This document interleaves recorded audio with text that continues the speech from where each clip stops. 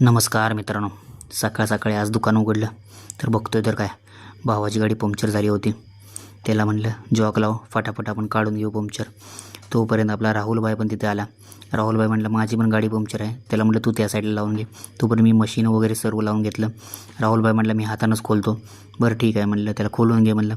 Tyre आम्ही बाहेर काढला, बघतो तर काय टायर खराब झाला होता. तोपर्यंत म्हणले मी राहुलभाईचा टायर खोलून घेतो, पंक्चर काढून घेतो. राहुलभाईचा पंक्चर झाला. तोपर्यंत बघतो तर काय अंकुश तिथे आला. अंकुश म्हणला बघूया आपल्या गाडीला काय झाले. अंकुश म्हणला भूषण, अंकुश हे बघायला लागले गाडीला काय झाले. भाई लोक म्हणले चला चहा पिऊया. म्हणलं ठीक आहे, थोडा टाईम पास करूया, आपण चहा घेऊया. चहा घेतल्यानंतर राहुलभाईचा गाडीचा टायर मी पंक्चर कंप्लीट केला. तो पण चिमण मिस्त्रीने मला हाक मारली. चिमण मिस्त्री म्हणला हे बघा मी काय विषय केलेला तो बघा. ये बघतो तर काय भावानं विषय हार्डच करून टाकलेला होता. हे बघा. तोपर्यंत माझी मुलगी आली. मुलगी म्हणली पप्पा मला खाया पाहिजे. खूप मच्छर चावत होतं.